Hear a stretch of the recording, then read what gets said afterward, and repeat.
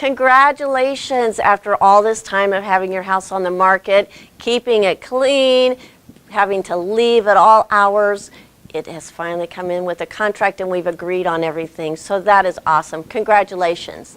We're going to move on now to the 9 steps from that contract to the closing. This is the first thing that's going to happen. Within the first 10 days of the contract, the buyer is going to determine what inspections they want to have done. Now those inspections could range from none all the way to having probably 10 inspections done. Typically though, we're looking at a whole house, mechanicals. The lenders usually want a termite inspection done and usually radon.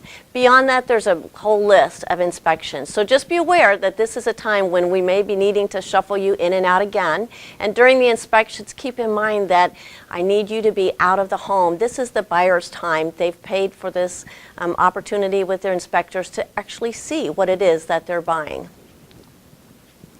And of course, the next step is that we're going to get those inspections scheduled. The buyer's agent is going to take care of that. They will let us know exactly when each of the inspections will be getting done so that you can be prepared to leave. And be sure that as you get ready to leave, that you've prepared your house for those inspections. Pull things away from the basement walls. Take things out of your closet. If your attic access is in a bedroom closet, you don't want all that stuff falling down, and you don't want inspectors and buyers trying to get through your clothes and everything. So take that stuff out, lay it on your bed, and let the inspector and the buyer have time to get through the house without having to move a bunch of things. Once the inspections are done, the buyer is going to review those inspections and they're going to determine one of 2 things. They're going to decide on what repairs they want to have done, or they may ask for a price adjustment or closing costs in lieu of doing those repairs. Now that comes to us as a request on a document called a resolution of unacceptable conditions, and we have 5 days to negotiate that part of the inspections. We are always looking for the major non-functioning and hazardous issues, but some buyers are a little more picky than others and they may ask for some of those little things to be done. We just have to keep in mind that the end goal is for us to be able to close on that house. So we just need to look at each thing that they've requested and take it apart and do what we can to make this thing work. So now that we've all come to an agreement, the next thing that's going to happen is that you may not hear from me as much or the buyers, but there are things that you need to be doing to be prepared to move. And the first thing, get your mover scheduled. Start getting your bids. Start talking to your friends and family, who's got trucks, who doesn't, who's going to be there to help you move. The next thing you want to do is call the utility companies.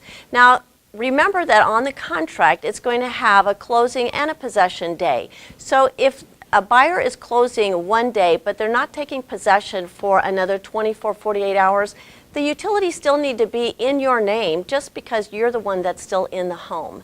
So the possession day is the day that you want those utility companies to transfer it out of your name. About a week before the actual contract date to close, you're going to get a call and we're going to get you scheduled for your closing. Just a note, buyers and sellers don't close at the same time. As soon as the title company has all of your payoff and all the information they need, they will schedule your closing, and that can be up to a week ahead of time. Keep in mind that when you do go to your closing, that you will need valid identification, a driver's license or passport, and if you are having to bring money to the table, then we will need you to bring that in the form of a cashier's check or certified funds, or we can have the money wired from your bank to the title company.